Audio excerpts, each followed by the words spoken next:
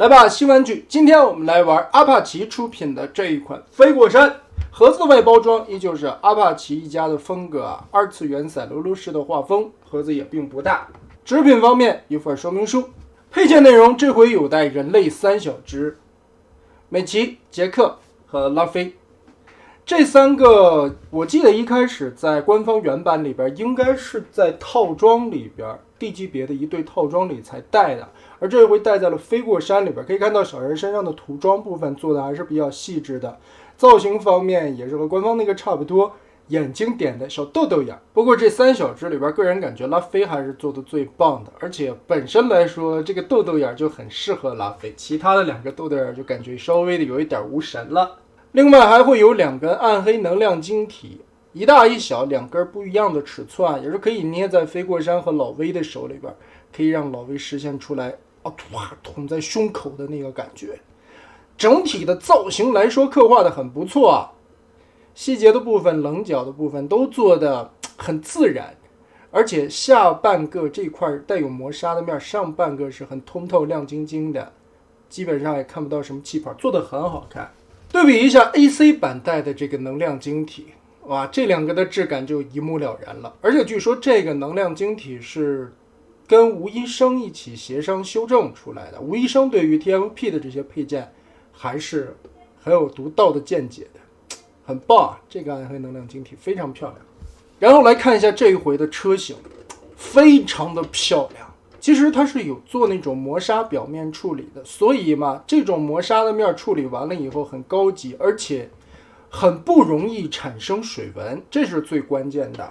对比一下几乎同时期推出的 AC 版本 ，AC 版的这个车型呢，红色的水纹、缩胶的这些是比较明显的，而且整体的颜色也是很红的。阿帕奇的这个版本车型看起来的颜色会偏粉一点，比 AC 版的稍微粉一些。车头的牛角做了涂装的分色处理，而且有银色的点缀。同时原版和 AC 版用的是软胶件，阿帕奇版直接用的是硬件，很硬的塑料。车窗的玻璃 AC 版本采用的是原版的这个蓝紫的感觉，阿帕奇版本做了更还原动画的茶色玻璃，而且是电镀的烟囱，很闪亮。另外一个小细节 ，AC 版和原版的轮子前后都是一样大的，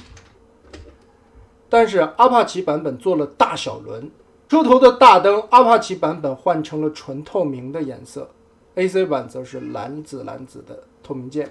车尾灯的部分，阿帕奇版本也是刻画出来了分色的车尾灯。AC 版嘛，直接银漆就涂过来了，堵住了半个车尾灯，但也明显感觉 AC 版的密合会更好一点，缝隙会更小一点。为啥？因为阿帕奇版在每一个边缘的地方都做了倒角，使这个变形起来不至于那么割手，会很圆润一些。但不好的地方就是这些倒角圆润的地方，虽然变形的时候完全密合了起来，但感觉缝隙会比这个宽一些。其实飞过山的这个车型确实是前轮大后轮小的，而且玻璃的部分也真的是茶色的，牛角有分色，前面的灯也是透明的。有一点可惜啊，这个倒车镜如果能刷一点银漆就好了。轮毂的造型也是非常还原的。就目前车型来看吧，感觉阿帕奇的这个无论是造型还是配色更还原一些动画片里边的设定样子吧。接着我们也是进入简单的变形的过程中还是有一些地方稍微改进了一些的。首先把车门整体的这一块前边拉开，然后往出掏180度往前翻，脚丫子翻出，小车窗折进去，然后左右合并夹在一起，这一块拉开，往下折，腰带的部分抠出来，身体旋转180度扭过来。然后注意一个小细节，阿帕奇版本现在在这个双关节里边做了一个卡扣，嘎哒，有一个锁定的感觉啊，锁上以后这个关节就不会轻易的滑进去了，这一点是做得很好的。原版和 AC 版本里边这里都没有做锁定，而它这回做了一个凸点扣子，打开这一块的卡扣，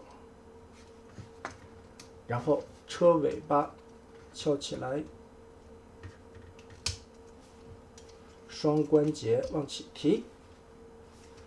拆开左右的卡扣，顺出来里边的关节，插桩，胳膊拉起来。在这个胳膊肘的根部其实也有一档锁位啊，你推到底会有一个咯噔一下的锁定点，这才是变形到位的地方。这个锁定点让变形起到了一个稳固的作用。胳膊拉出来，其中的一个我们翻成拳头吧，这块还是挺紧的。好的，然后把胳膊摆到正确的角度上，头部90度立起来，后边的背板双关节往起提，记得前方的这一块边缘180度折下去，然后带牛角的背包部分立起来，这2块前车灯往前叠，跟后背这个地方后颈的卡扣进行连接。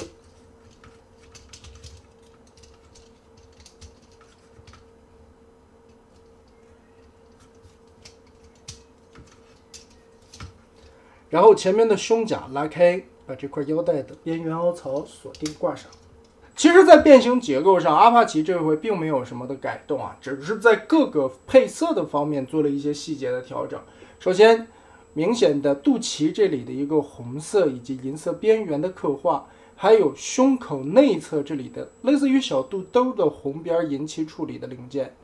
这个都是和原设定里边的配色方案是一样的。脚背上面的2块红色涂装，像牛蹄子一样的造型，也是和原版的一个配色处理非常接近的。头雕方面的造型刻画还不错吧，眉毛也有分色的处理，同时眼睛的透光处如果打一个光的话，能明显的看到里边有瞳孔的刻画，还是挺传神的。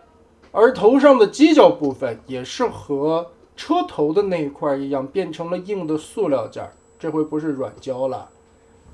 虽然说造型看起来会更好吧，而且不会像软胶那样容易发黄，但是太硬的话，变形时候小心一些啊，毕竟这个在折叠到肚子里边，而且在头冲地的部分，小心别把这个胶崴断了。但是想一想，飞过山断脚才符合它的逻辑。明显的感觉到阿帕奇版的飞过山是带一点玫红色的， AC 版是那种大红色，阿帕奇版要比 AC 版做的更精致一些，在一些细节的处理方面会更还原动画片里边的效果。头雕部分 AC 版的脚没有涂装，只是一个软胶的塑料色，而且眉毛会更浓一些，眼睛会更大一些，是因为它里边的蓝色透明件过宽，没有做出来眼白的处理。阿帕奇的这个左右两侧有了眼白的刻画，眉毛变细了，脚也变得更尖锐了，但脸上的刻线会明显比 AC 版的嘴部要粗一些。面部涂装部分，阿帕奇是银漆处理，